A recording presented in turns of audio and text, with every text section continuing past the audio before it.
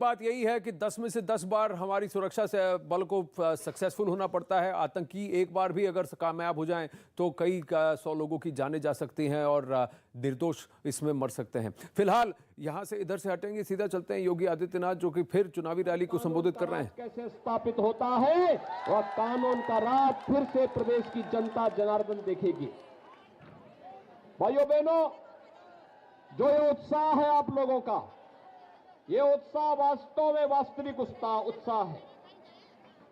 मैं कल देख रहा था, जिस दिन नामांकन करने के लिए समाजवादी पार्टी के प्रत्याशी करहल में आए थे, उन्होंने कहा अब दोबारा सर्टिफिकेट लेने के लिए आऊंगा, लेकिन प्रोफेसर एसपी सिंह बघेल जी ने उनको 5वें दिन ही वापस यहां आने के लिए मजबूर कर दिया।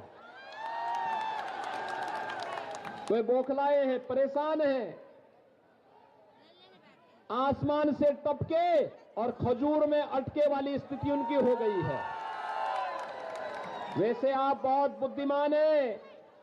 याद करना, आजमगढ़ ने उन्हें सांसद चुना और कोरोना कालखंड में एक भी बार आजमगढ़ नहीं गए, इसलिए वहां से उन्होंने लड़ने का साहस नहीं किया। उनको लगा कि नेताजी की विरासत को मैं हथिया लूं। एक तो आप देख रहे होंगे, मुझे कल एक तस्वीर से आज के समाचार पत्रों में बड़ी हंसी आई और बड़ी मैं अफसोस भी कर रहा था। बेचारा शिवपाल जो प्रदेश का नेता था, कल उसको बैठने के लिए कुर्सी भी नहीं मिली।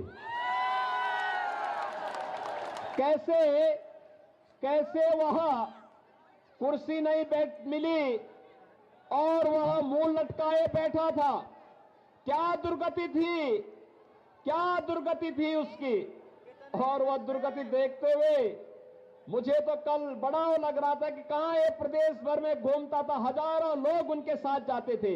नेताजी का प्रमुख सिपा सालार हुआ करता था और कल उस बेचारे को कुर्सी का हत्था मिला बैठने के लिए, कुर्सी का हत्था। यानी आज के दिन पर अगर किसी व्यक्ति को आप दुर्गति का जीता जागता नमूना देख सकते हैं तो शिवपाल यादव उसका एक जीता जागता नमूना आपको मिल जाएगा।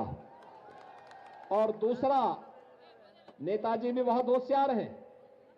कल वे आए थे, वे जानते हैं करहल की जनता फैसला कर चुकी है कि प्रोफेसर एसपी सिंह बघेल ही उनका नेता होगा। तो नेताजी ने कल यही कहा कि भाई ठीक है, तुम लोग जो चाहो तय कर लो, अपना विधायक चुन लो। दूसरा व्यक्ति बोला जा रहा है कि नाम बोल दीजिए, नाम बोल दीजिए। वो कह रहे कौन लड़ रहा है यहां से सपा का प्रत्याशी, मुझे तो पता ही नहीं है। अब ये दुर्गति हो गई हो कि बाप पुत्र का नाम न जान रहा हो। तो भाइयों बहनों, ये सपा की पूरे प्रदेश के अंदर की दुर्गति को भी प्रदर्शित करता है। और इसीलिए आज मैं आपका आह्वान करने के लिए आया हूं कि भाइयों बहनों, मैनपुरी में पहली बार भारतीय जनता पार्टी 4 की 4 सीटों पर अपनी विजय पताका फहराएगी। मैनपुरी है, करहल है, भोगांव है, किसनी है, चारों पर भारतीय जनता पार्टी जीतेगी। लेकिन इसके लिए हम लोगों को अभी भी निश्चिंत नहीं होना है, क्योंकि जिन लोगों ने प्रदेश को पूरी तरह चर करके बर्बाद करने का कार्य किया हो, जिन लोगों ने करहल को उसकी पहचान दिलाने का नहीं, मैं देख रहा था कितनी गरीबी है, कितनी बदहाल स्थिति है, कितना बेरोजगारी है और किस हद तक जाकर के लोगों का शोषण किया गया है। आज भी करहल जैसे क्षेत्र ने, जिसने प्रदेश को नेतृत्व दिया हो किसी कालखंड में, आज भाइयों बहनों यहां पर तो विकास आसमान छूते हुए दिखाई देना चाहिए था। लेकिन समाजवादी कुनबे को विकास पसंद नहीं, उनके लिए सबका साथ और सिपाही खानदान का मात्र विकास, यही एकमात्र उनका नारा है, बाकी उनका कोई नारा नहीं। आपने देखा होगा, उनकी संवेदना कभी गरीबों के प्रति नहीं थी। गांव के विकास के प्रति नहीं थी, नौजवान के रोजगार के लिए नहीं थी, अन्नदाता किसान की खुशहाली के लिए भी नहीं थी। उनकी संवेदना तो आतंकवादियों के प्रति थी। याद करिए, समाजवादी पार्टी में जो आज समाजवादी पार्टी के प्रत्याशी हैं, आपके इस सीट पर चुनाव लड़ रहे हैं। याद करिए 2012 में जब वो मुख्यमंत्री बने थे, उन्होंने पहला फैसला क्या लिया था?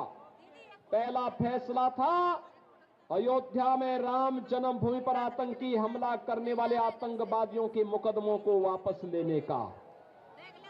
उनका पहला फैसला था काशी में संकट मोचन मंदिर पर आतंकी हमला करने वाले आतंकवादियों के मुकदमों को वापस लेने का। कचहरियों पर हमला करने वाले आतंकवादियों के मुकदमों को वापस लेने का था।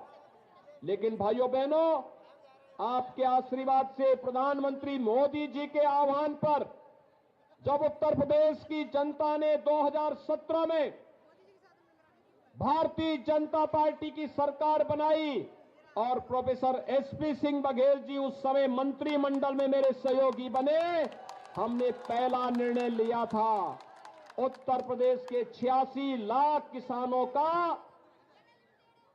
36,000 करोड़ रुपए कर्ज माफी का। याद करिए, आपके मैनपुरी के भी हजारों किसानों का कर्ज माफ हुआ था। याद करिए, मैनपुरी के हजारों किसानों का कर्ज माफ हुआ था। और आज प्रधानमंत्री किसान सम्मान निधि का लाभ भी यहां के लाखों किसान प्राप्त कर रहे हैं। हमारी संवेदना किसानों के प्रति थी। हमारी संवेदना बेटियों की सुरक्षा के लिए थी। हर बेटी सुरक्षित रहेगी, इसके लिए एंटी रोमियो स्क्वाड का गठन हमारी सरकार ने उस समय किया था। और भाइयों बहनों, समाजवादी पार्टी की सरकार ने इस पूरे क्षेत्र को डार्क जोन घोषित कर दिया था। और भाइयों बहनों, हमारी सरकार आई, डार्क जोन से मुक्त करते हुए हम लोगों ने किसानों के खेत में पानी पहुंचाने की कार्रवाई को आगे बढ़ाया है। और अभी तो हम लोग भाइयों बहनों पंचनद परियोजना को आगे बढ़ाने का कार्य कर रहे हैं। पंचनद की परियोजना आगे बढ़ेगी, मैनपुरी के हर घर में शुद्ध पेयजल, घर घर घर नल की योजना पहुंचाने का काम भी हम लोग करने जा रहे हैं। भाइयों बहनों, विकास की अपनी एक सोच होती है, विकास की अपनी एक सोच होती है। आज उत्तर प्रदेश तेजी के साथ आगे बढ़ता हुआ दिखाई दे रहा है। आज उत्तर प्रदेश विकास की एक नई बुलंदियों को छू रहा है। आज उत्तर प्रदेश के अंदर व्यापारी सुरक्षित है। हमारे नौजवान के भविष्य के साथ कोई खिलवाड़ नहीं कर सकता।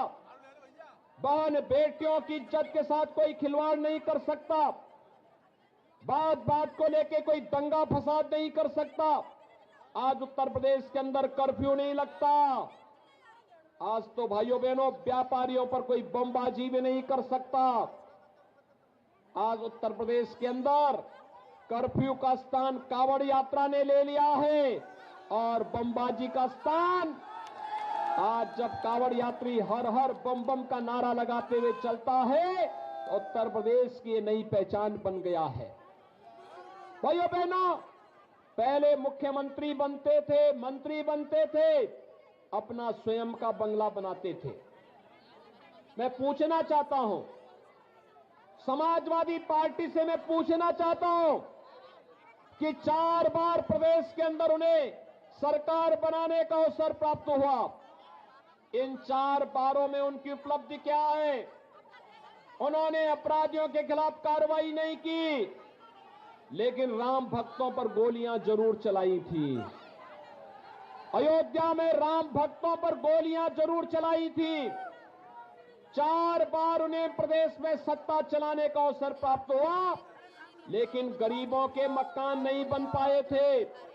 भाइयों बहनों, 5 साल में भारतीय जनता पार्टी की डबल इंजन की सरकार ने 43,50,000 गरीबों को एक एक मकान उपलब्ध करवाया है। 43,50,000 गरीबों को। आज प्रदेश विकास की नई बुलंदियों को छूता हुआ आगे बढ़ रहा है। हर जनपद में एक मेडिकल कॉलेज स्थापना की कार्रवाई आगे बढ़ रही है। कनेक्टिविटी बेहतर हो रही है और भाइयों बहनों, उत्तर प्रदेश के नौजवानों को रोजगार मिल रहा है। अन्नदाता किसानों को पूरा सम्मान मिल रहा है। बेटियां अपने आप को सुरक्षित महसूस कर रही हैं और नए भारत के नए उत्तर प्रदेश को आज दुनिया निहारने के लिए आती है। भाइयों बहनों, पहले केवल सफाई महोत्सव होता था, न उसमें राग था न रंग था, न भाव थी न भाषा थी, किसी को पता ही नहीं था क्या हो रहा है। आज तो भाइयों बहनों, हमारी पौराणिक और पुरातन पहचान को लेकर के प्रदेश में महोत्सव होते हैं। अयोध्या में दीपोत्सव का आयोजन होता है जो दीपावली के साथ पूरी दुनिया को जोड़ता है और मथुरा वृंदावन में रंगोत्सव का कार्यक्रम होता है। पूरी दुनिया मथुरा और भगवान कृष्ण के रंग के साथ अपने आप को जोड़ करके एकात्मता का एहसास करती है।